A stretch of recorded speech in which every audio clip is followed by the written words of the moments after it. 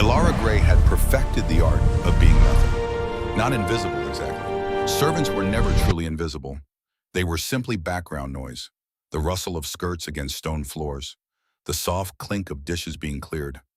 The whisper of linens being changed while nobles slept off their wine.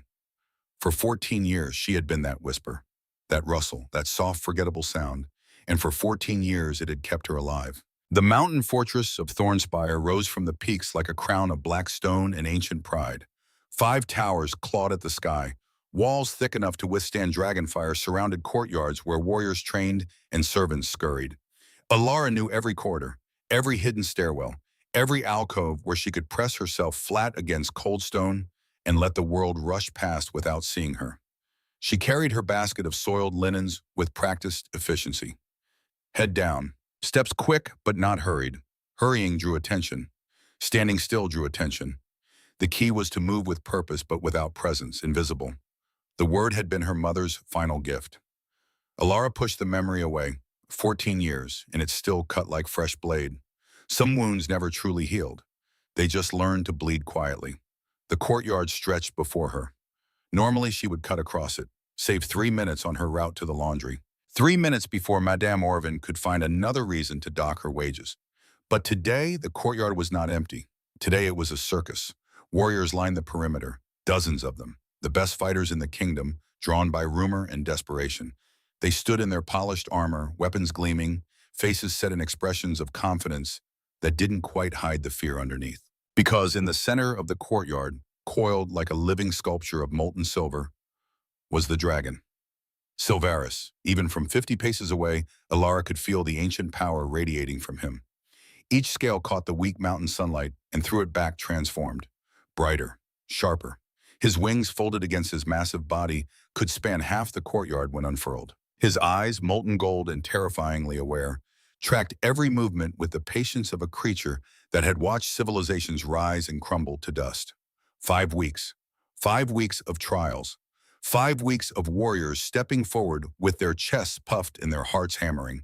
5 weeks of the silver dragon looking at each one and finding them wanting. Elara adjusted her grip on the basket. She should go around, take the long route through the kitchens. Madame Orvin's wrath was preferable to being caught in whatever was happening here, but her feet had stopped moving. She told herself it was simple curiosity, a break in the monotony of her invisible life. Nothing more. It wasn't the pull she felt, that old buried thing inside her that recognized the dragon's presence like a tuning fork recognizing its matching pitch. It wasn't. On the raised platform at the courtyard's edge, King Cale Ashford stood with his arms crossed. Even from this distance, Elara could see the tension in his shoulders, the tightness around his mouth. She had seen him before, of course. Everyone in Thornspire had seen their king. He was impossible to miss, tall enough to command any room, broad-shouldered from years of training and battle, dark hair pulled back to reveal a face that would have been handsome if not for the exhaustion carved into every line. 3 years that exhaustion had been there. 3 years since his sister vanished in the night raid that had killed his parents and left him a king at 26. 3 years of searching, of sending scouts to every corner of the realm, of consulting every seer and mystic and charlatan who claimed to know where Princess Seraphine Ashford had been taken. 3 years of finding nothing. The dragons had been his last hope. They saw everything, remembered everything. If any creature knew where Seraphine had been taken, it would be the dragons. But dragons did not answer to human will. They chose their riders. Or they chose no one. For 5 weeks, Silvarus had chosen no one. A warrior stepped forward now, young, barely 20, Elara guessed. His armor gleamed like he'd spent the morning polishing it. His sword hung at his hip with the careful precision of someone who had never actually used it in real combat. He bowed low before the dragon. His voice carried across the courtyard, strong and clear. Great Silvarus, I offer myself as your rider. My sword is yours. My loyalty is yours. The dragon's tail moved. A single languid sweep. The warrior stumbled back. His carefully prepared speech died in his throat. Silvarus had not even looked at him. The young man's face flushed red. Shame and relief warred in his expression as he retreated. Elara understood both emotions. Shame at being rejected. Relief at not having to face whatever came next. Next, called Commander Gareth from his position near the platform. His voice held no judgment, just tired patience. Another warrior stepped forward. Then another. Then another. Silvaris rejected them all with the same disinterested silence. Alara watched King Kyle's hands tighten into fists, watched the hope drain from his face and leave behind only grim determination. She should go, now. While everyone's attention was fixed on the spectacle, while she could slip away unnoticed, her mother's voice whispered in her memory, sharp and urgent, even after 14 years. Hide your light, Alara. Never let them see what you are. They burn the others. They'll burn you too. Alara took a step toward the archway, towards safety, toward her invisible life. Then Silvera screamed. The sound ripped through the courtyard like a blade through silk. Not pain, not anger, something else. Something that vibrated in Alara's bones and made the basket slip from her nerveless fingers. Linen scattered across the cobblestones, white sheets stained with use, pillowcases embroidered with the king's crest, all of it forgotten, because Silveris was moving. His massive body uncoiled with liquid grace, wings spread wide, casting half the courtyard in shadow. Every eye turned to him, every breath held. The dragon's golden gaze swept across the assembled warriors and locked on Alara. No, the word formed in her mind, desperate and useless. She tried to move, tried to bend down and gather the fallen linens, tried to become small and forgettable again. But her body had turned to stone. Silveris moved toward her. Each step shook the ground. Each breath from his massive lungs sounded like wind through a canyon. Warriors scattered like birds before a storm. Within seconds, a wide circle had formed around Alara. Just her, standing alone in an ocean of empty space. Exposed, the dragon stopped 3 paces away, his head lowered slowly. Those golden eyes, ancient beyond measure, studied her with an intensity that felt like being seen for the first time in 14 years.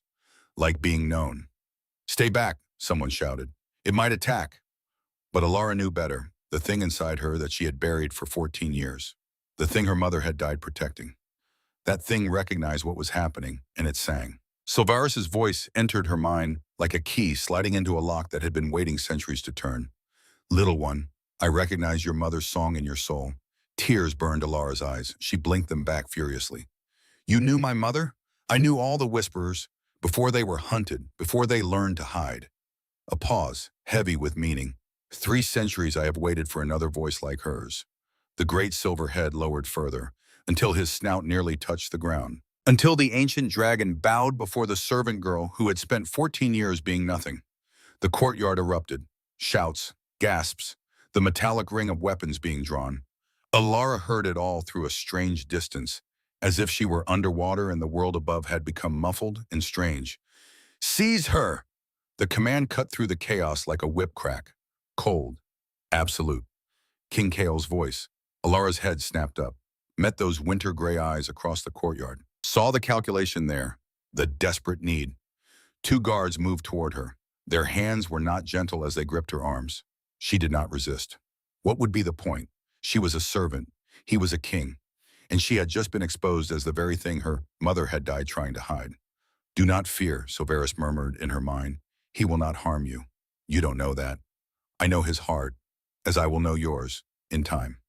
The guards marched her toward the platform. Toward the king who watched her approach with an expression she could not read. Behind them, Silveris followed. His massive presence awaited her back. The crowd parted. Whispers followed in their wake. Dragon whisperer. I thought they were all dead. Unnatural. She'll corrupt the beast. Burn her before she— Silence! Kale's voice cracked like thunder. The whispers died instantly. Alara was brought to stand before him. The guards still held her arms, but their grip had loosened slightly, as if they were afraid touching her too long might contaminate them. The king stepped down from the platform, moved toward her with the controlled grace of a predator. Up close, he was more overwhelming than she had expected. Taller, the scent of leather and mountain pine. The silver threading through his dark hair caught the light. The lines around his mouth spoke of smiles he had not given in years. His eyes, pale gray like winter storms, studied her face with the same intensity Silveris had used. Your name. Not a question, a command. Ilara's throat had gone dry. She swallowed once, twice. Alara Grey, Your Majesty. Her voice came out steadier than she expected. 14 years of being invisible had taught her how to hide fear, how to show nothing on her face, even when her heart was trying to claw its way out of her chest. How long have you been in my household, Alara Grey? 8 years, Your Majesty, since I was 15. And in those 8 years, you've worked as a laundress, sometimes kitchen help when they need extra hands. Kael's expression did not change, but something flickered in his eyes. Recognition, perhaps, or something close to sympathy. You spoke to him. His gaze flicked to Silveris. I saw your lips move after he landed, and he answered, I need to know what you are. The words hung between them, heavy with implication. Alara could lie, should lie, claim it was a mistake, a misunderstanding, that she was nothing special, just a girl in the wrong place at the wrong time. But Silveris was still in her mind, his presence warm and patient, and King Kael was looking at her like she might be the answer to a prayer he had stopped believing would be heard. I'm a dragon whisperer, she said quietly, like my mother before me. More gasps from the watching crowd, a warrior spat. Abomination. Corruption of the beasts. The next person who speaks will spend a month in the cells. Kael did not raise his voice. He did not need to. The threat was clear in every syllable. Silence fell like a physical weight. The king turned back to Alara. His expression had softened. Not much, but enough that she could see the man beneath the crown. Your mother, what happened to her? The question was gentle, almost kind. It still hurt like a blade between the ribs. Burned, Alara said. The word tasted like ash. 14 years ago, I was 9. The villagers said she was a witch, that she corrupted dragons with dark magic. She met his eyes, refused to look away. They were wrong, but it didn't matter. Kael was quiet for a long moment. When he spoke, his voice had dropped to something only she could hear. I know about the purges, the fear, the superstition that got good people killed. His jaw tightened. I also know it was all built on lies and ignorance. Dragon whisperers don't corrupt anything. They bridge the gap between our people and theirs. Alara stared at him. In 14 years, no one had spoken about dragon whisperers with anything but fear or hatred. No one had called them good. Release her, Kael said to the guards. They let go immediately. Stepped back, Alara stood alone before the king, no longer held but not exactly free either. I need your help. The words sounded like they cost him something. I've been searching for my sister for 3 years. 3 years of dead ends and false leads, and watching my kingdom slowly lose hope. The dragons saw what happened the night she was taken. But no one has been able to access their memories. Until now. Understanding crashed over Alara like a wave. You want me to bond with Silveris, to see what he saw. I'm asking you to help me find her. Kael's voice was steady, but his eyes held a desperate edge. And I'm willing to pay whatever price you name. Any price. The words echoed in the sudden silence. Alara's mind raced. She should refuse, should find some way to convince him she was not what he needed, that Silveris had made a mistake. But even as she thought it, she felt the dragon's presence stirring at the edges of her consciousness. Patient, knowing. He speaks truth, little one. His sister lives. I have felt her all these years. Faint, distant, but not gone. Alara's breath caught. How can you know that? Because I formed a bond with her when she was a child. Not a rider bond, but the protective connection dragons sometimes make with younglings who show promise. Silveris's mental voice was heavy with old grief. I should have been able to track her, should have been able to lead him to her. But something blocks me. Dark magic I cannot penetrate alone. But with a whisperer, with you, little one, we might break through. Alara looked at King Kael, saw the exhaustion, the guilt, the love for his lost sister written in every line of his face. She thought of her own mother, of the promise she had made over a burning pyre. Live your life, hide your light, never let them make you small. She had kept 2 of those promises. Maybe it was time to break the 3rd. 10 days, she heard herself say. Give me 10 days to access Silveris's memories. If I can find where your sister was taken, if I can give you a real lead. She paused, gathered her courage. Then you help me disappear. New name, new life. Somewhere far from here, where no one knows what I am. Kael studied her, his gray eyes seeing too much.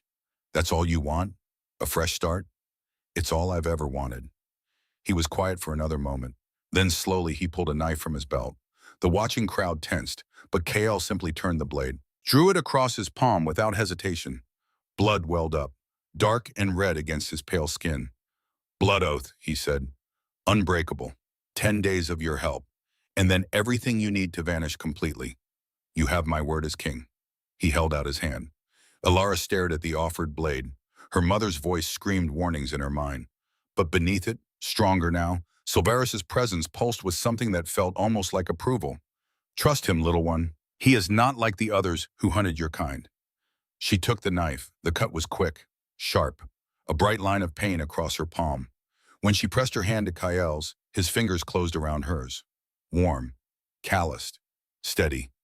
The oath flared between them, magic sealing the promise like invisible chains.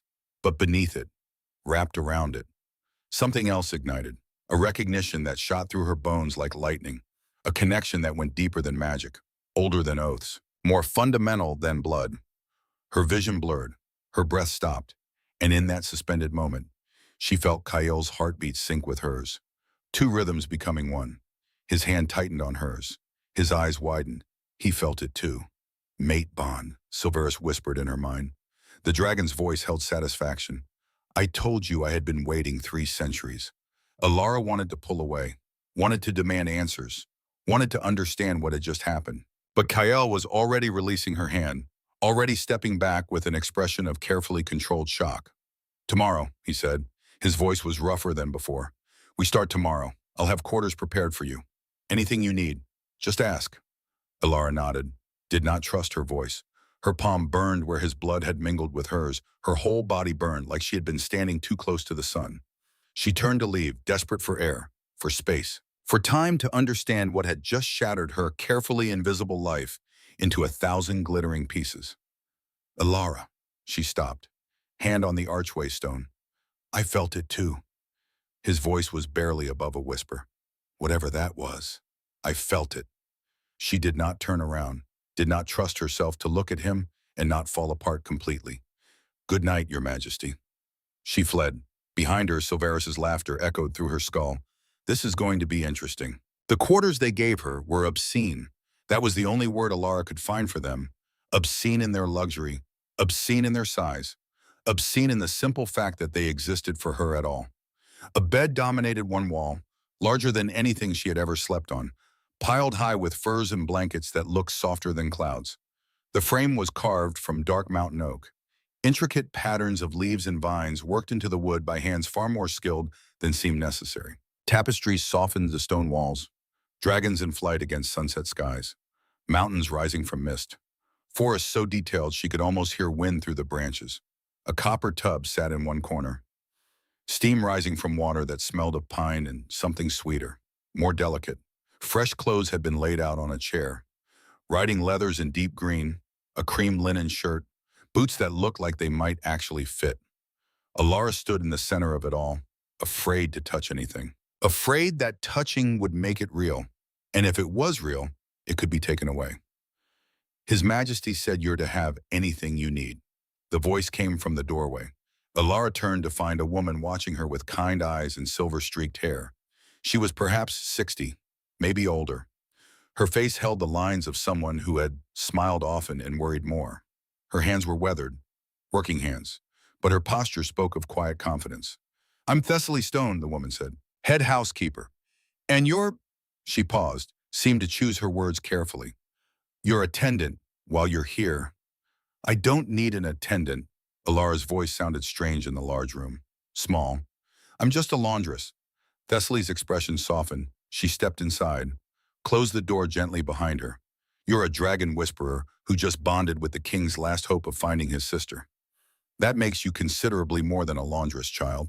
The word child should have felt condescending. Instead, it sounded almost maternal.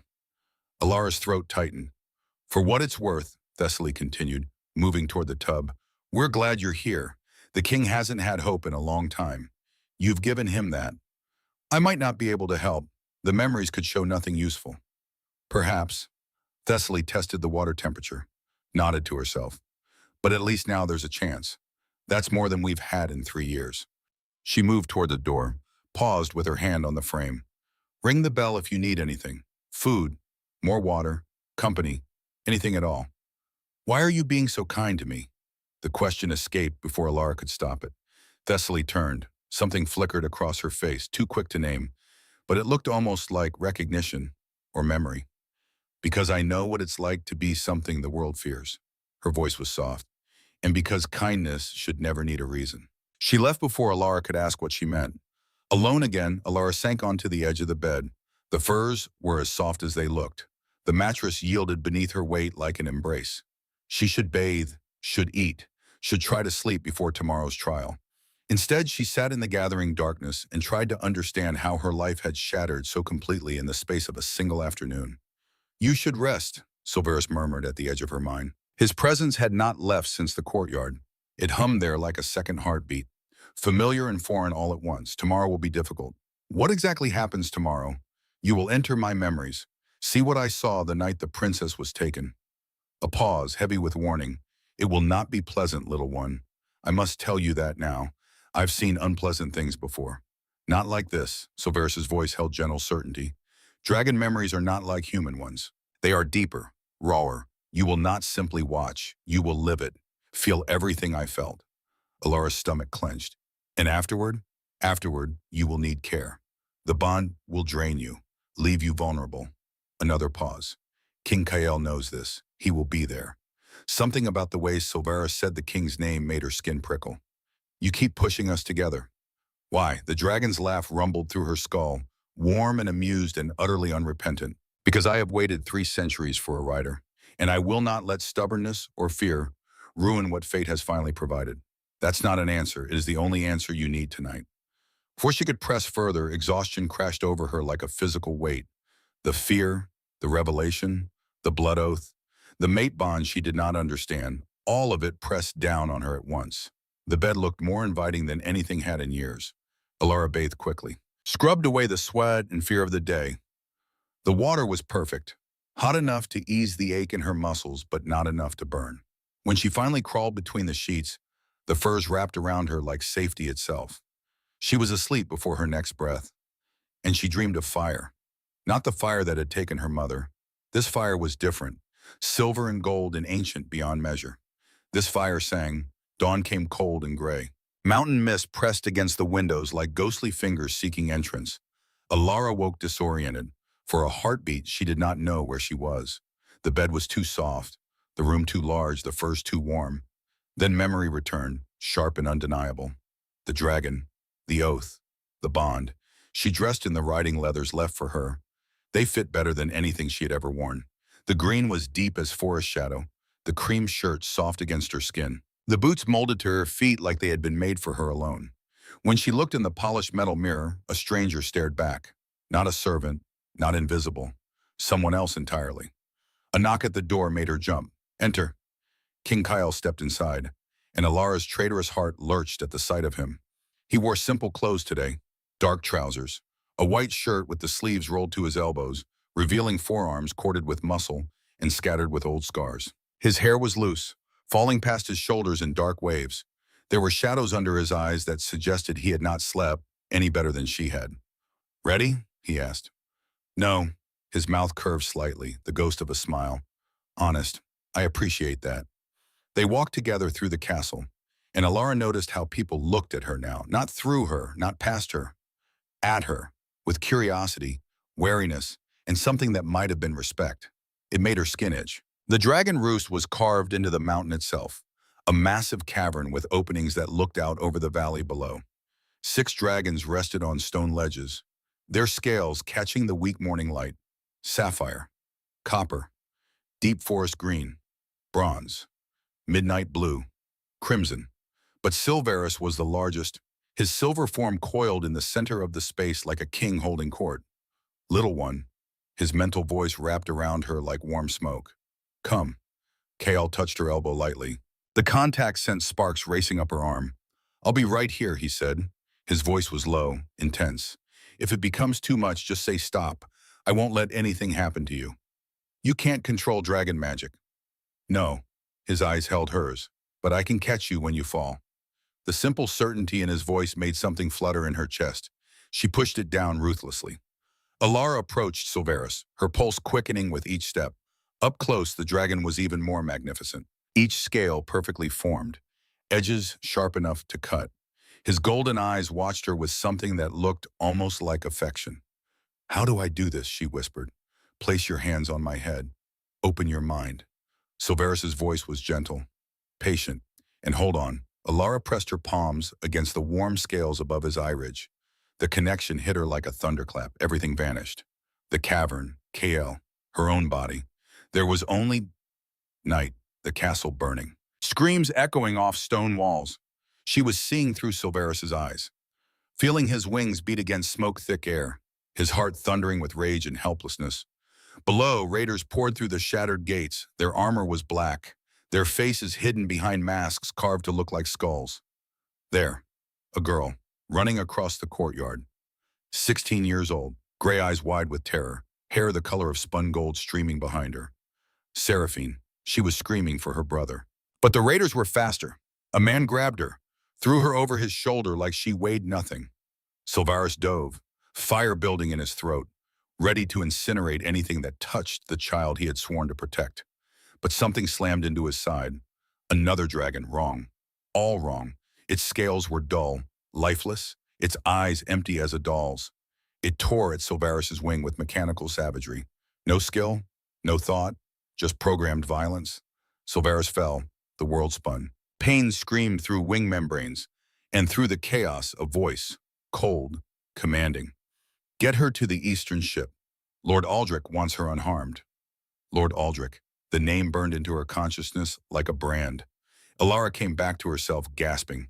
Her knees buckled. Strong arms caught her before she hit the ground. You're safe now. Kale's voice was rough with concern. Breathe. Just breathe. She could not stop shaking. The smoke was still in her lungs, the screams still in her ears. And underneath it all, Silveris's grief howled through her, raw and unhealed after 3 years. Lord Aldrich, she managed. Her voice sounded destroyed. That name, do you know it? Kale's arms went rigid around her. Yes. His voice had gone cold as mountain ice. He's my uncle, my mother's brother. He's been on my council since my parents died. The world tilted.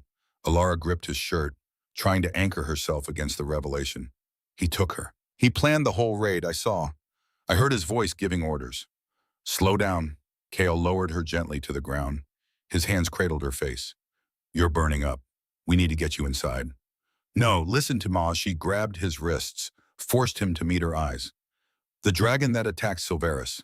It was wrong, corrupted somehow, empty, like something had hollowed it out and was puppeting the corpse. Horror dawned across Kale's face. That's not possible. Dragons can't be controlled. They choose their riders freely. It's the most fundamental truth about them. This one didn't have a choice. Alara's voice cracked. I felt it, Kale. It was screaming inside. Something had enslaved it. She speaks truth. Silveris's voice rumbled through both their minds. Kale jerked, his eyes widening. Dark magic, the dragon continued. Old magic. The kind that was supposed to have died out centuries ago. Kale's jaw clenched so hard she could see the muscle jumping beneath his skin. My uncle has been advising me for 3 years, sitting at my table, offering comfort. His voice shook with barely contained rage. And the whole time he's had my sister. We don't know where yet. Alara tried to stand, her legs buckled again. I only saw fragments. I need to dive deeper, see more. Not today. Kale swept her up before she could protest, carrying her like she weighed nothing. Today you rest. Tomorrow we continue. She should have argued, should have demanded he put her down, should have insisted she could walk, but her head was pounding, her body felt like wet cloth, and his arms were warm and steady and safe.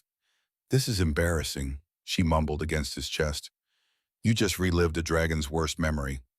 I think you're allowed to be tired. I'm not tired, Her eyes fluttered closed.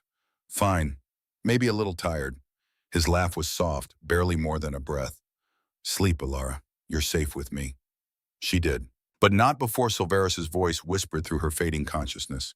See how he holds you, little one, like something precious, like something worth protecting. The bond?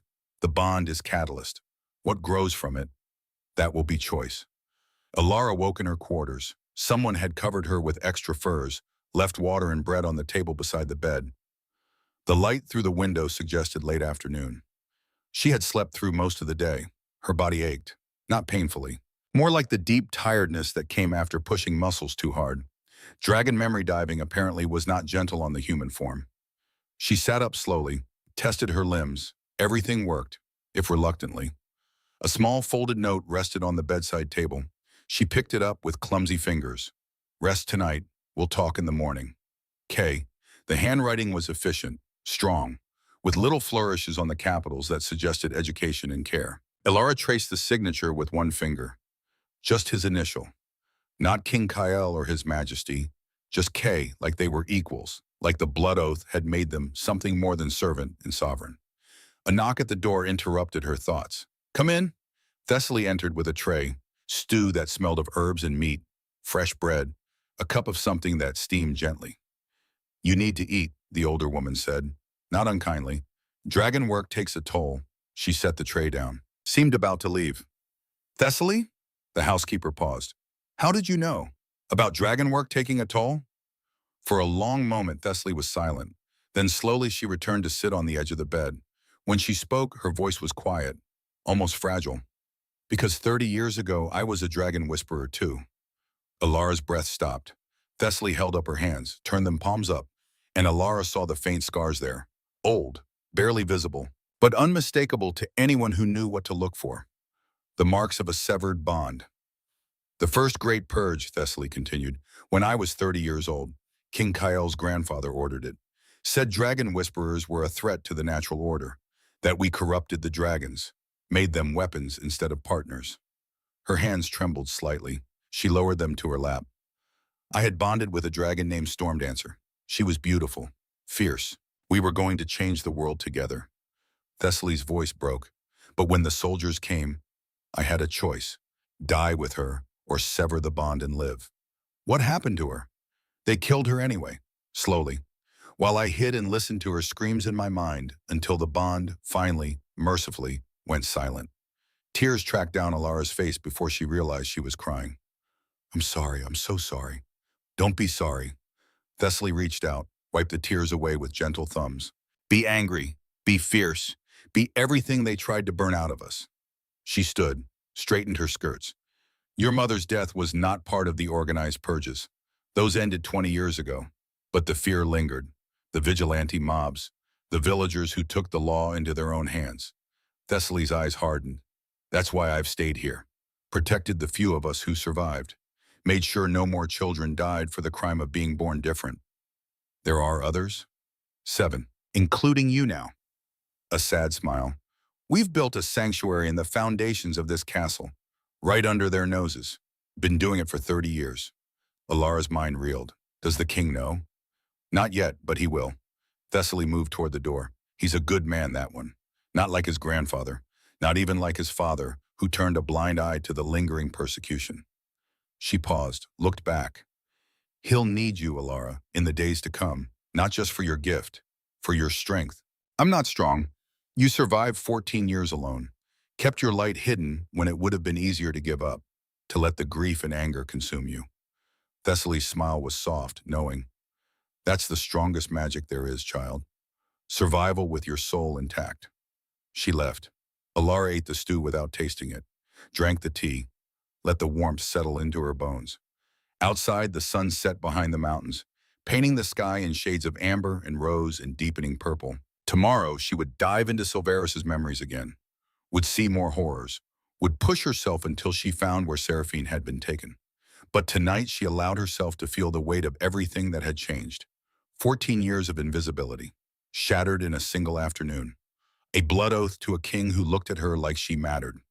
A mate bond she did not understand but could not deny. And the terrifying, exhilarating knowledge that she was not alone. Had never truly been alone. 7 other whisperers, surviving, hiding, waiting.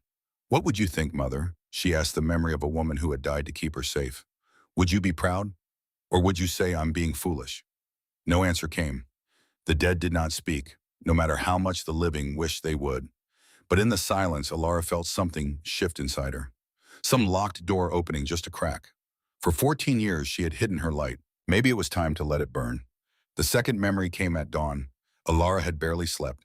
Every time she closed her eyes, she saw Seraphine running, saw the raiders with their skull masks, heard Aldrich's voice commanding her capture. When Thessaly knocked softly at her door, she was already dressed, already steeling herself for what came next. Kael waited in the dragon roost. He looked as tired as she felt. Dark circles shadowed his eyes. His hair was pulled back carelessly, several strands escaping to frame his face. He handed her a cup of something warm. Tea with honey. She took it. Their fingers brushed. That spark again. Quick as lightning. Gone just as fast. You don't have to do this, he said quietly. Not if you're not ready. I'm never going to be ready. Alara sipped the tea, let the warmth settle her nerves. But she's been waiting 3 years. That's long enough. Something flickered in his expression. Gratitude. Respect. Something deeper she could not name. Silverus waited in his customary position, coiled like a living sculpture. His golden eyes tracked her approach with what looked almost like concern. Gently this time, the dragon murmured in her mind, I will try not to overwhelm you. Show me what you need to show me. Alara placed her hands against his scales, felt the warmth, the ancient power thrumming beneath. She closed her eyes and fell. A cell, stone walls, iron bars. A single window too high and too small to offer escape. Seraphine sat on a narrow cot, 16 years old, her dress torn, her face bruised. But her eyes still burned with defiance. The door opened, a man entered, silver hair, fine clothes. He moved with the careful dignity of nobility. Lord Aldrich Vale. Alara felt Silverus's perspective, felt how the dragon watched from his distant perch, helpless, bound by whatever magic kept him from the fortress. But Seraphine's bond with him, thin as spider silk, still held, still let him see. Good morning, niece. Aldrich's voice was gentle, almost kind. It made Alara's stomach turn. Seraphine did not respond, just watched him with those burning eyes. You haven't eaten. Aldrich gestured to the untouched tray of food. This helps no one, least of all yourself. I'm not eating anything you give me. Her voice was hoarse from screaming, but steady. You murdered my parents. You took me from my home. I'll starve before I give you cooperation.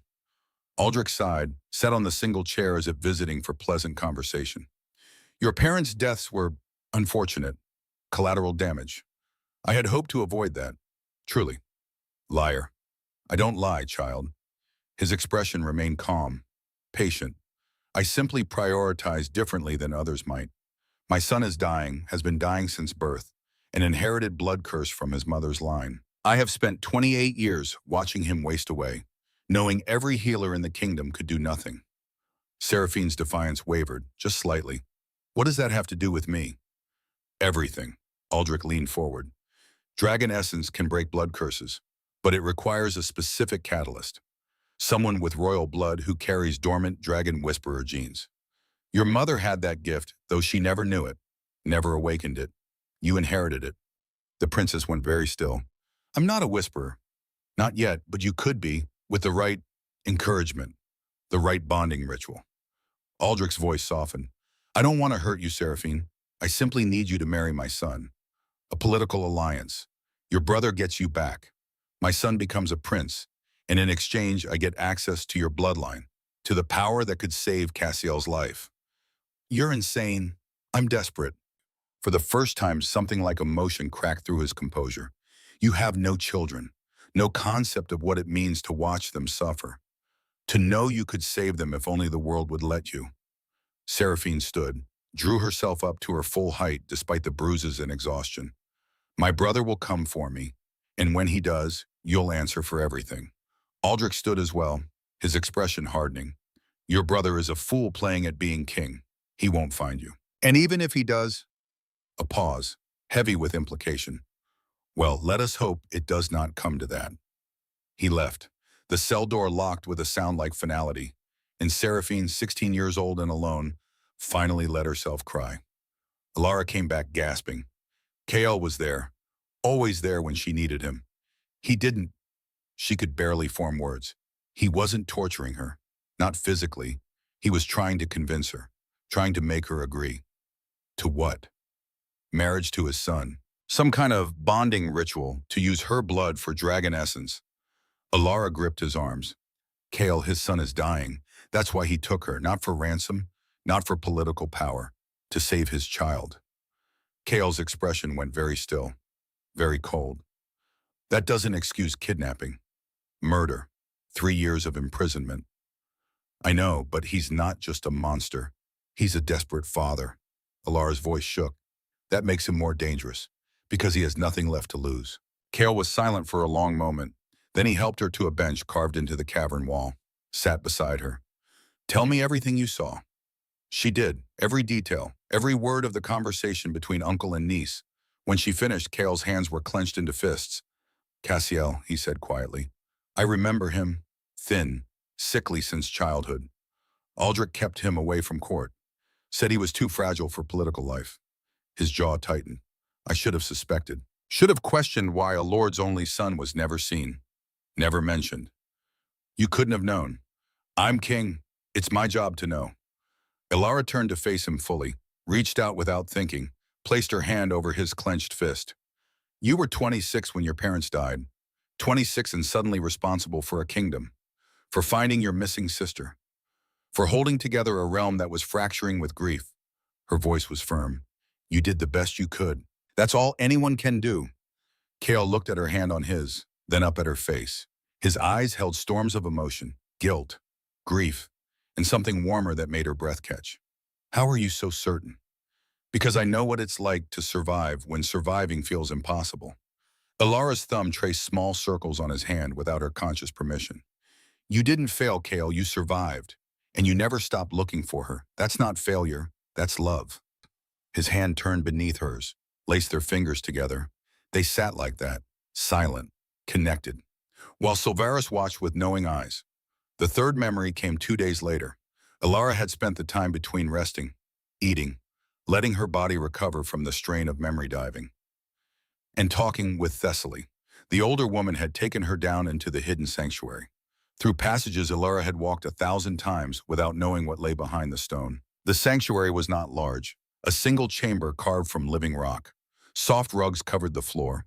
Cushions were scattered against the walls. Books lined makeshift shelves. And 6 people waited there. 3 women, 3 men, ages ranging from early 20s to perhaps 50. All of them dragon whisperers, all of them survivors. This is Ilara, Thessaly said simply. She's one of us. They welcomed her. No questions about where she had been, no judgment about her years of hiding, just quiet acceptance. Like she had finally come home to a family she had not known existed. A young man named Rowan told her about bonding with a dragon in secret, flying only at night, living 2 lives. A woman called Meredith spoke of her mother's death in the purges, how she had been 5 years old, watching, unable to stop it.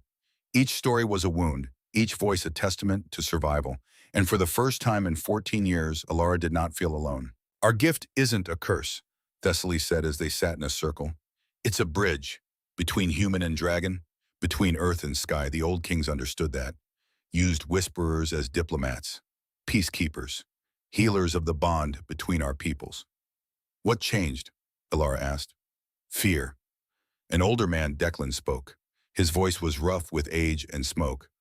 A dragon went rogue, killed a village. The king at the time blamed the whisperer who had bonded with it. Said the whisperer had corrupted the dragon's nature, made it violent. Had they? No, the dragon was sick, dying from a parasite in its brain, would have gone mad regardless. Declan's expression was bitter. But truth didn't matter. Fear spreads faster than facts. Within a year, the purges began. Thessaly placed a weathered hand on Ilara's shoulder. We've hidden for 30 years, waiting for things to change, for a king who might understand. Her eyes were bright with unshed tears. Cale Ashford is that king. I've watched him, seen his heart. He's not his grandfather, not even his father. Then why haven't you revealed yourselves? Because revealing ourselves means trusting him with all our lives. Thessaly's grip tightened. That's not a decision I make lightly. But you, child, you've already stepped into the light, already bonded with Silvaris openly. You're the test. If Kyle proves worthy of your trust, then perhaps he's worthy of ours. The weight of that responsibility settled over Ilara like a mantle. 7 lives, 7 survivors, all watching to see if the king would honor his blood oath, or if he would prove to be like those who came before. The third memory waiting, Ilara approached Silvaris with Thessaly at her side. The older woman's presence was steadying, a reminder that she was not the first to walk this path, would not be the last. Kale waited as always, but today he was not alone. Commander Gareth stood with him, the weathered warrior who had supervised the failed dragon trials. His face was lined with years of battle, his eyes sharp and assessing. Gareth will witness, Kale said. We need someone beyond the 2 of us to verify what you see. In case, he paused, in case it comes to trial. Alara understood. If Aldrich was to be charged with treason, kidnapping, murder, they would need more than the word of a king and a servant. She nodded, placed her hands on Silverus, and fell into darkness. Not a cell this time, a laboratory, but not the sterile, clean place that word suggested. This was a nightmare rendered in stone and crystal and desperate ambition. The chamber was vast, carved deep underground. Torches burned in wall sconces, casting dancing shadows across surfaces that gleamed with unnatural light. Glass containers lined the walls, dozens of them, each one large enough to hold a full-grown dragon. And inside, Alara wanted to look away, wanted to close her eyes against what Silverus was seeing, but she could not. The memory held her trapped. Dragons, devoured, conscious, but imprisoned in crystal matrices that glowed with sickly green light. Their eyes were open, aware, pleading. Their bodies were motionless, held in perfect stasis by magic that felt wrong, ancient and corrupted and utterly terrible. Alara felt their pain, not physical, worse than physical. Help us. Please make it stop. We cannot die, cannot wake, cannot do anything but feel and think and scream inside our own minds. The telepathic voices crashed over her like waves, dozens of them, all crying out in silent agony. In the center of the laboratory, a man worked. Not Aldrich, someone younger, thin to the point of frailty. His face was pale, fever-bright eyes sunken in dark hollows. Every movement deliberate, as if moving too quickly would shatter him. Cassiel Vale. He stood before a table covered in books. Scrolls, diagrams that showed dragon anatomy in disturbing detail, and on a smaller pedestal, a single vial of blood. The door opened. Aldrich entered. He moved to his son's side, placed a hand on the young man's shoulder. How long? Aldrich's voice was soft, gentle in a way that made it more horrifying. 6 months, perhaps less. Cassiel's voice was resigned. The curse is accelerating. I can feel it in my bones now, like ice spreading through my marrow. The essence. Is it ready? Almost, but father... Cassiel turned, and Alara saw the conflict in his expression. The dragons. They're suffering. I can hear them. Even without whisper or blood, I can feel their pain. I know. Aldrich's hand tightened. And when you're cured, we'll release them. I promise you that. But first, you must live. At what cost? Any cost. Aldrich's voice turned hard. I will not lose you. I've already lost your mother. I will not lose you too. Cassiel looked back at the crystals, at the imprisoned dragons. The princess. Has she agreed? Not yet, but she will. I'll make her understand that cooperation is in everyone's best interest. And if she doesn't, silence. Heavy and terrible. Then Aldrich spoke, each word carefully chosen. Then I will do what must be done. For you. Always for you. Cassiel closed his eyes. His expression was pure anguish. I never asked for this. Never wanted people to suffer for my life. I know. Aldrich pulled his son into an embrace. But you're my child, my only child, and I would burn the world to keep you breathing. Alara came back screaming, not from pain, from the weight of all those trapped minds, all those dragons begging for mercy they would never receive. Kael was there, holding her while she shook, while the telepathic echoes slowly faded. Thessaly appeared with cool hands against Alara's burning forehead, murmuring words that might have been comfort or prayer or both. Gareth stood frozen, his weathered face pale as bone. Gods, the commander whispered. What did you see? Alara told them, every terrible detail. When she finished, Kael's expression was carved from ice and fury. He's enslaved them, trapped conscious dragons in crystal prisons to harvest their essence. His voice was barely controlled. That's not desperation, that's abomination. He's trying to save his son. The words came out before Alara could stop them. That doesn't make it right, but it explains why he won't stop, won't surrender. Cassiel is dying, and Aldrich would do anything to prevent that. Even destroy innocent lives? Especially that. Thessaly's voice was heavy with old grief. That's what makes him so dangerous. He's not evil for evil's sake. He's evil from love, and there's nothing more ruthless than love without limits. Gareth cleared his throat. His warrior's composure had returned. Those dragons, can they be freed? I don't know. Alara looked at Silverus. The great dragon's eyes held ancient sorrow. Can they? Perhaps, Silverus said. If the binding magic is broken, if a whisperer with enough strength can reach them, remind them they are not alone. Could I do it? You are stronger than you know, little one, but it would cost you, possibly everything. Alara met Kael's eyes, saw her own determination reflected there. We have to try, we have to save them, all of them, Seraphine and the dragons. Agreed. Kael straightened. Gareth, assemble the war council, every warrior we can trust. We move against Aldrich as soon as— Your Majesty, the voice came from the cavern entrance. Cold, cultured, utterly calm. They all turned. Lord Aldrich Vale stood in the archway, his silver hair immaculate, his fine clothes unmarred. His expression was serene.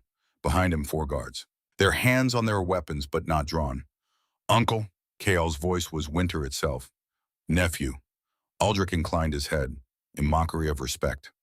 I believe we need to talk. They met in the Great Hall, not Kael's private study, not a secret room. The Great Hall where all official business was conducted, where justice was dispensed and laws were made. Witnesses filled the space. Nobles, warriors, servants, everyone drawn by the tension crackling through the castle like electricity before a storm. Alara stood at Kael's right hand, not behind him, not hidden, beside him, equal. Thessaly stood on his left, Commander Gareth behind. The hidden whisperers had emerged from their sanctuary, 7 souls stepping into light for the first time in decades. And across from them, Lord Aldrich Vale stood alone. You came without guards, Kael observed. His voice carried through the silent hall. I am an old man offering negotiation. Aldrich spread his hands. What need have I of guards? Negotiation? I took your sister, held her these 3 years. Each word was delivered with terrible calm.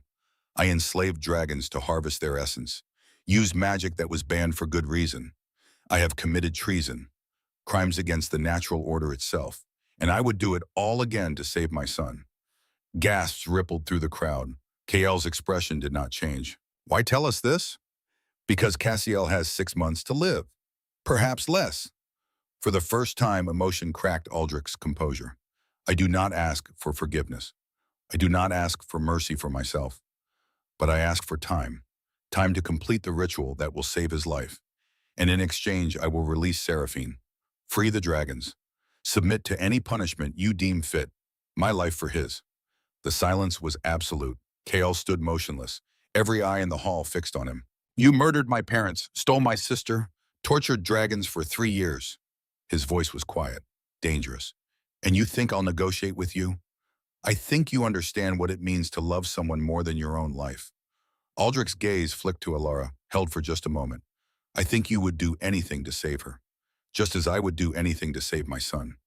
Kael's hand found Alara's, squeezed once. A silent question. She understood. He was asking her opinion, her counsel, treating her as an equal even in this. Alara thought of Cassiel's face in the memory. Young, sick, suffering from a curse he had not chosen. Horrified by the suffering his father caused in his name. She thought of the dragons trapped in crystal, screaming silently, begging for release. She thought of Seraphine, 3 years in a cell, surviving on defiance alone. She leaned close to Kael, whispered so only he could hear. There's always another way, but only if he's willing to take it. Kael nodded slowly, turned back to his uncle. I will not let you complete a ritual built on suffering. I will not trade innocent lives for your sons. His voice rang through the hall. But I will offer this. You release Seraphine now, immediately. You free every dragon you've imprisoned, and you give me complete access to your research. If anyone could find another way to save Cassiel, it should be you. The question is, are you willing to try? For a long moment, Aldrich did not speak. His expression was unreadable. Then slowly he shook his head. I have spent 28 years searching for another way. Every healer, every text, every scrap of hope led nowhere. The ritual I developed is the only option. Then you've made your choice. Kael released Alara's hand, stepped forward, and I've made mine. You have until dawn to surrender yourself and release everyone you've taken. If you do not, I will come for you with every warrior at my command. Aldrich studied his nephew for a long, terrible moment. Then he smiled, sad and resigned. You are stubborn, just like your father. He turned toward the door. Very well, come to Stormcliff Hold then. Let us end this as families should. He walked out, his 4 guards falling into step behind him. No one tried to stop him. When the great hall doors closed, Kael sagged slightly, the weight of kingship visible in every line of his body. Was that wise? Gareth asked quietly. Letting him leave? No, Kael's voice was hollow. But I won't become the kind of king who arrests old men before they've had a chance to do what's right. We prepare. We march at dawn. The crowd dispersed, slowly, reluctantly. Alara stayed, as did Thessaly, as did the hidden whisperers and Commander Gareth. Kael turned to face them, his small circle of trust. I need 20 warriors, the best we have, people who can fight but also show restraint. His eyes found Gareth. Can you assemble them? Already done, Your Majesty. Been selecting them since the first memory vision. Gareth's weathered face was grim. We leave at your command. Good. Kael looked at Thessaly, at the whisperers. I'm asking you to come with us, not to fight, but to help free the imprisoned dragons if we can reach them. Thessaly nodded, no hesitation. We've been waiting 30 years to do exactly that. Finally, Kael looked at Alara, his expression softened, just slightly. Walk with me? It was not a command, it was a request. She nodded. They climbed to the highest tower, the one that overlooked the entire valley, where the wind was sharp and cold and relentless. Kael stood at the edge, his hands braced on the stone parapet, his hair whipped around his face. Alara joined him, close enough that their shoulders touched. For a long time, neither spoke, just watched the sun sink toward the mountains, painting the sky in shades of amber and rose and deepening purple. Finally, Kael broke the silence. I was 26 when they took her. His voice was barely audible over the wind. 26 and newly crowned. My parents dead less than a month, the kingdom in chaos. And Seraphine was gone. He turned to face her. His eyes held storms. Tell me I'm not failing her again by not charging in tonight. You're not failing her. Alara reached up, cupped his face in her hands. You're being wise, strategic, giving Aldrich a chance to be better than his worst choices. That's not weakness. That's strength. His hands came up to cover hers. His eyes closed. I've been so alone. The admission broke something in Alara's chest. She pulled him down, pressed her forehead to his, let their breath mingle in the cold mountain air. Not anymore, but when he kissed her, it was tender, seeking comfort, offering the same. His lips were warm against hers, his hands gentle as they slid into her hair. When they finally broke apart, both breathing hard, Kael kept his arms around her, his face buried in her hair. When this is over, he murmured, when Seraphine is safe and the dragons are free, stay with me. Not because of the blood oath, not because of fate. Stay because you want to. Alara's heart clenched, soared. Ask me again when we survive tomorrow. Is that a maybe? It's a let me think about it while we're not facing possible death. His laugh was rough, real. The first genuine sound of joy she had heard from him. Fair enough. They stood together as night fell, as stars began to pierce the darkening sky. Tomorrow they would march, would face a desperate man with nothing to lose. But tonight they stood together, two broken people learning they were stronger side by side. And somewhere in the valley below, Silvarus and 6 other dragons began to sing. A haunting melody that spoke of hope, of change. Alara listened, let the dragon song fill her. Tomorrow the world might burn, but tonight she was seen, known, held. And that was enough. Dawn came too quickly. Alara woke to find armor waiting, real armor, leather reinforced with thin plates of hammered steel. Light enough to move in, strong enough to protect. A note rested beside it in Kael's handwriting. You don't have to fight, but if you choose to, be safe. Kay, she dressed slowly, the armor fit perfectly. When she emerged, Thessaly waited in the corridor. The older woman wore similar armor. Her silver hair was bound back. Her expression was fierce. The others are ready, Thessaly said. All 7 of us. We've waited 30 years to use our gifts openly. Today, we stop waiting. In the courtyard, 20 warriors assembled. Gareth stood at their head, each fighter selected for skill and temperament. 7 dragons waited with them. Silvarus in the center, his silver scales gleaming, and beside him 6 others, the bonds reformed over decades. Kael emerged from the main keep. He wore his crown today. His armor was battle-scarred but well-maintained. He saw Alara. His expression softened despite the gravity of the moment. You're sure? I'm terrified, but yes. He nodded, turned to address the assembled group. We ride to Stormcliff Hold, not for vengeance, not for glory. We ride to bring home a princess, to free enslaved dragons, and if possible, to offer a desperate man a chance at redemption. His voice carried across the courtyard. Strong, certain. We are not executioners. We are people trying to end suffering. Remember that. The warriors raised their weapons in salute. Silent.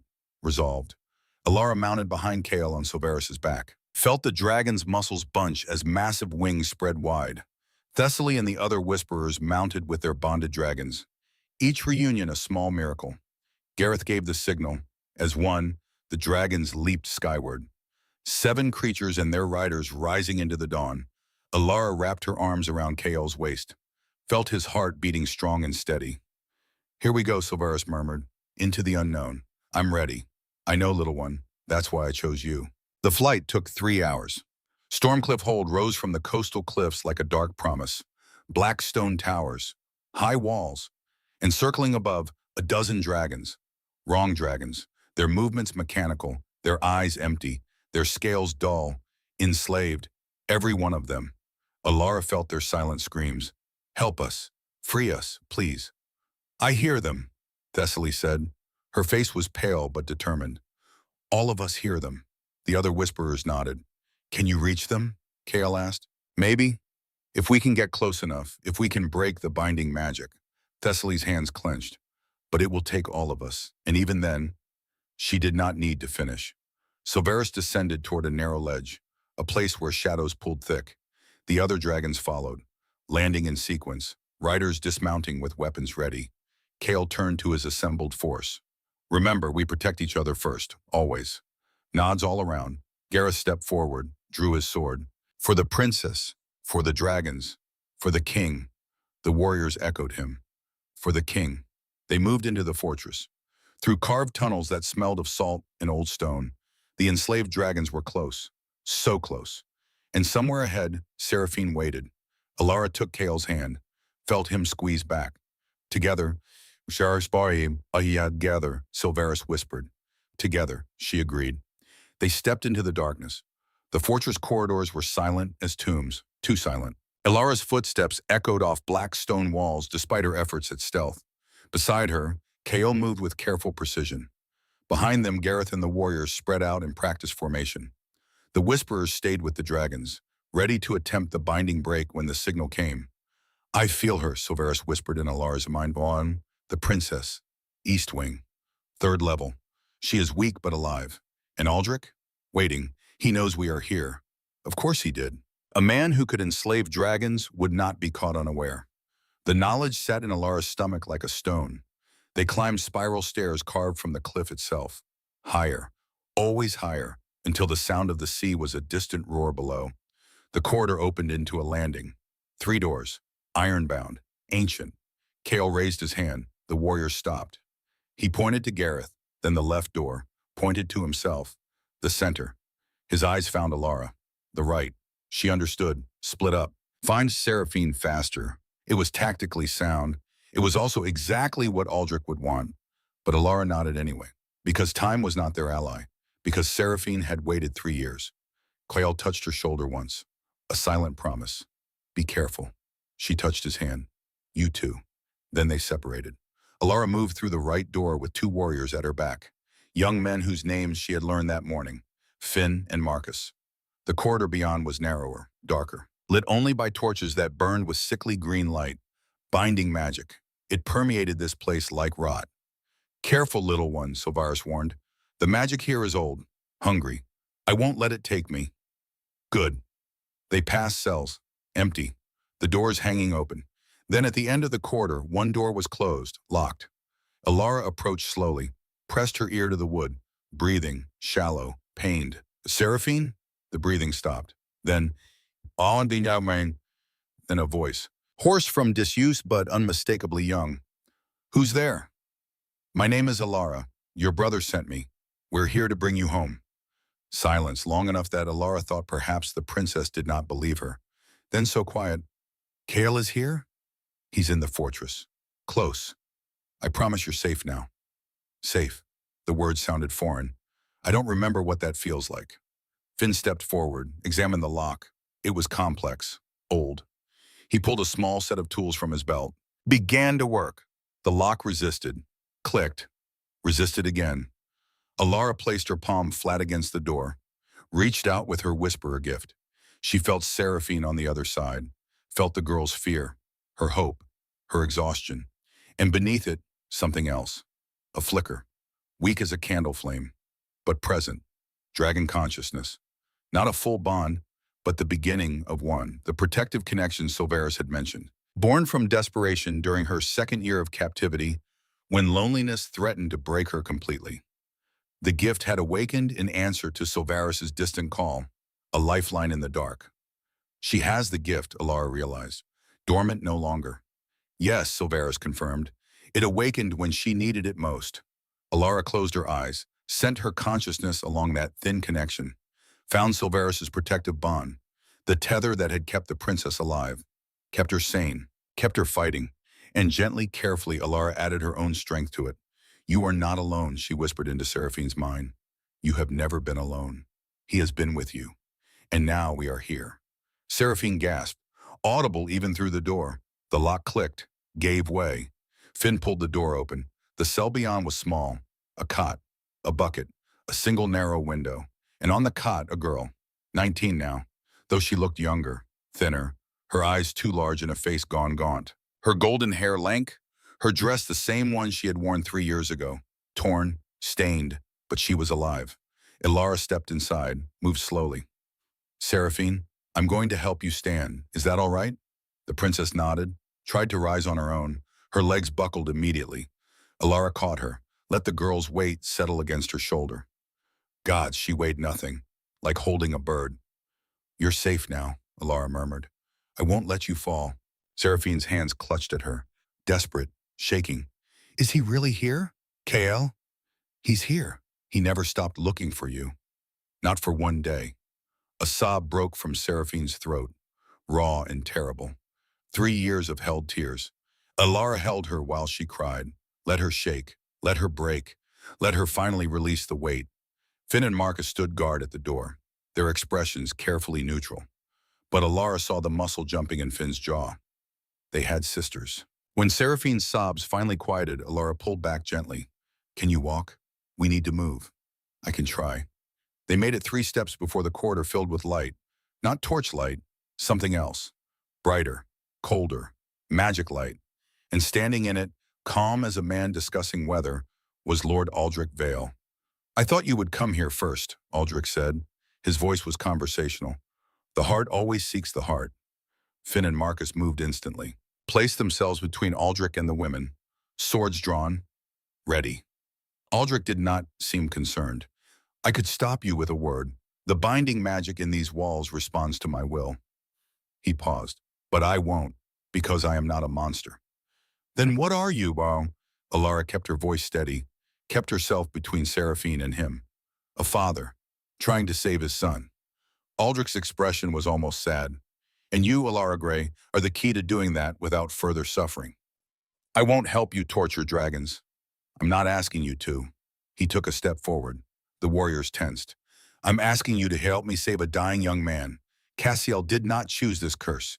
He is innocent, and he has 6 months to live unless someone helps him. Seraphine's grip on Alara tightened. Don't listen to him. He lies. I have never lied to you, child. Aldrich's voice turned sharp. I have been cruel, ruthless, but I have always told you the truth. Your blood can save my son. That is fact. And the dragons? Alara's voice was cold. The ones you've enslaved? What truth is that? For the first time, something like shame flickered across Aldrich's face. Necessary evil. I did not enjoy it, but I would do it again, 1,000 times, to save my child. That's not love. That's obsession. Perhaps. Aldrich's hands spread, open, empty. But it is my choice, and I am offering you a different choice now. Come with me, willingly, meet Cassiel. See for yourself what he faces. Then decide if his life is worth saving. Why would I trust you? Because I am giving you Seraphine, right now, freely. Aldrich gestured to the princess. She is yours. Take her. Bring her to Kael. I will not stop you. All I ask is that you come back, alone, and listen. It was a trap, obviously, but Alara looked at Seraphine, at the girl barely holding herself upright, who needed her brother, needed safety, and she looked at Aldrich, at the exhaustion in his face, the genuine grief. What do you think? She asked Silvara silently. I think he is telling the truth. This time, the dragon's voice was careful, but truth does not make him safe. Can you feel Kyle? Tell him where I am. Already done, he is coming. But Alara, whatever you choose quickly. Alara made her decision. Finn, Marcus, take Seraphine to Kyle now. Don't stop for anything. My lady, Finn started. That's an order. Tell the king I'm buying time. Alara, no. Seraphine's voice was weak but fierce. Don't do this. I'm not trusting him. I'm choosing. Alara met the younger woman's eyes, tried to put strength into her gaze. You survived 3 years. You're the bravest person I've ever met. Now let me be brave too. Seraphine's eyes filled with tears, but she nodded. Finn and Marcus supported her between them, moved quickly down the corridor. When they were gone, Alara turned to Aldrich. Show me. He led her deeper into the fortress. Downstairs carved so long ago the edges had worn smooth, through corridors that smelled of salt and stone and wrongness. They did not speak. Finally, they reached a door. Heavy, reinforced, covered in symbols that made Alara's eyes water. Aldrich placed his palm against it. The symbols flared green. The door swung open. The laboratory was exactly as the memory had shown. Glass containers lining the walls, dragons trapped in crystal matrices, their eyes open, aware, pleading. But in the center, sitting at a table covered in books and desperate research, was a young man, Cassiel Vale. He looked up when they entered. His face was pale as bone, his eyes sunken, his hands shook slightly. When he saw Alara, something like hope flickered in his expression, followed immediately by shame. You're the dragon whisperer. His voice was soft, cultured, utterly exhausted. I am. Then you can hear them, the dragons. Cassiel's gaze slid to the containers. Can you tell them I'm sorry, that I never wanted this? Alara studied him. This dying young man who looked like wind might shatter him. He was 28, but he looked 50. Why don't you release them? If you're sorry, just let them go. Cassiel's laugh was broken, bitter. Because I am weak, selfish. I want to live. His hands clenched. I have spent 28 years dying, every breath a struggle. I have watched my father sacrifice everything trying to save me. And I am so tired, but I still want to live, even knowing what it costs. The honesty was devastating. Alara moved closer, reached out with her whisperer sense, felt the curse wrapped around Cassiel's life force like thorns. It was killing him, slowly, inexorably. How long have you had this? Since birth. My mother died bringing me into the world. The curse passed from her blood to mine. My father has spent my entire life trying to fix what cannot be fixed. Cassiel's voice cracked. And he has become this, a monster wearing the face of the man I loved. Aldrich stood in the doorway, his expression carefully blank. But Alara saw the pain beneath. The ritual, Alara said. Explain it to me. Cassiel gestured to the research covering his table. Dragon essence carries pure life force. Combined with blood from someone who has royal lineage and dormant whisperer genes, it creates a catalyst. The essence cleanses the curse. He paused. In theory, you've never tested it. How could I? The only person who fits the requirements is Princess Seraphine, and I will not force her. Alara looked at the dragons, at their trapped forms, then at Cassiel, dying, then at Aldrich, watching his child waste away. And she understood. This was not about heroes and villains. This was about impossible choices, about love that destroyed. There's another way, she heard herself say. Both men looked at her. What? The ritual requires royal blood and whisperer genes, but it doesn't have to be Seraphine. Alara took a breath. I'm not royal, but I am a whisperer, a strong one, bonded with Silvarus, one of the most ancient dragons alive. If anyone's essence can break a curse, it's his. Cassiel's eyes widened. But the royal blood is about potency, not lineage. Alara was following instinct. Whisperer blood is older than any crown. If the magic responds to anything, it's that. You would do this? Aldrich's voice was carefully controlled. After everything I've done? I would do this to end the suffering, all of it. Alara met his eyes. But there are conditions. Name them. You release every dragon. Right now, before the ritual. Let the whisperers break the bindings. Done. You surrender to Kale's justice after Cassiel is saved. Done.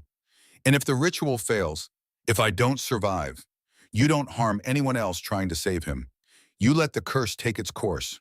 Promise me that on your honor as a father. Aldrich's face went gray, but he nodded. I swear it. On my son's life. Cassiel stood abruptly. The movement made him sway. No, I will not let another person suffer for my curse. It's not your choice. Alara's voice was gentle but firm. It's mine. Those dragons deserve freedom. Seraphine deserves peace. Everyone deserves a chance to heal. Even you. Cassiel stared at her, tears tracking down his pale face. Wait, because someone has to break the cycle, has to choose compassion. Alara smiled, sad and certain. And I'm tired of being invisible. This is how I step into the light. The ritual chamber was carved from crystal. Natural formations grown over millennia, shaped by dragonfire and ancient magic. Beautiful, terrible, perfect. Aldrich worked with careful precision, drawing symbols on the floor in powder that glowed, setting crystals at specific points. Cassiel sat against the wall, too weak to help, but watching with eyes that held too much guilt, too much hope. Outside, Kale was with Seraphine. Thessaly and the Whisperers were breaking bindings, Gareth securing the fortress. But in this chamber, time felt suspended. Are you sure, little one? Silveris' voice was soft. This will hurt. Might break our bond entirely. I know. You could die. I know that too. Then why? Alara thought about her mother, about Seraphine's gaunt face and Cassiel's shaking hands and the dragons screaming. Because this is what the gift is for. Not hiding, healing, choosing light. Silveris' presence wrapped around her like an embrace. Then I am with you. Until the end. Thank you for choosing me. Thank you for being worth choosing.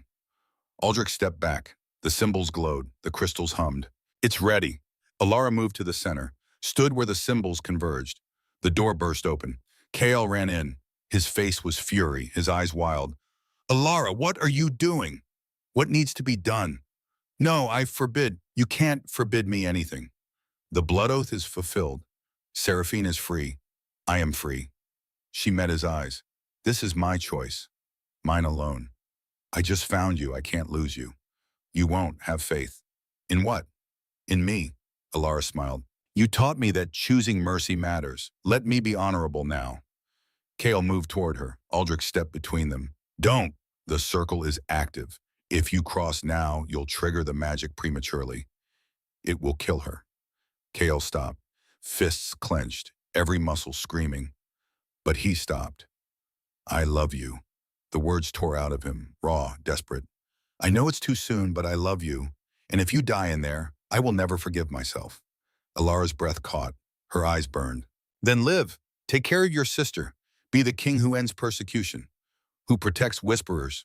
Her voice shook. And if I serve Ibrahim, ask me again about staying, about us. She turned to Aldrich. Do it now. Aldrich raised his hands, began to chant. The symbols flared, brilliant, blinding. Alara felt the magic grab her, pull her. Silveris, I am here. The dragon's presence surged. She felt his essence flowing through their bond, felt it mix with her blood, her breath, her soul. Power flooded the chamber. Ancient, primal. The life force of a 300-year-old dragon channeling through a human body. Alara screamed, not from pain, from the overwhelming sensation of being more than herself, being connected to something vast. The magic pulled her essence, drew it out, spun it with Silveris' power, wove something new. Through the blazing light, she saw Cassiel, saw him stand, saw him step into the circle with her. What are you doing? Aldrich's voice was panicked. I won't let her do this alone. Cassiel reached out, took Alara's hand. The moment their skin touched, the magic changed. Instead of pulling from just Alara, it pulled from both. Shared the burden. The curse inside Cassiel's blood met the purifying essence. Fought. Resisted. Then slowly began to break. Alara felt it unraveling, felt the thorns dissolving. But the cost, she felt her bond with Silveris stretching, thinning, like silk pulled too tight. No, she thought desperately. Not this. There has to be a way. There is always a cost, little one. Silveris' voice was fading. Magic demands balance. A life saved. A bond sacrificed. I don't want it. Yes, you will, because you are brave.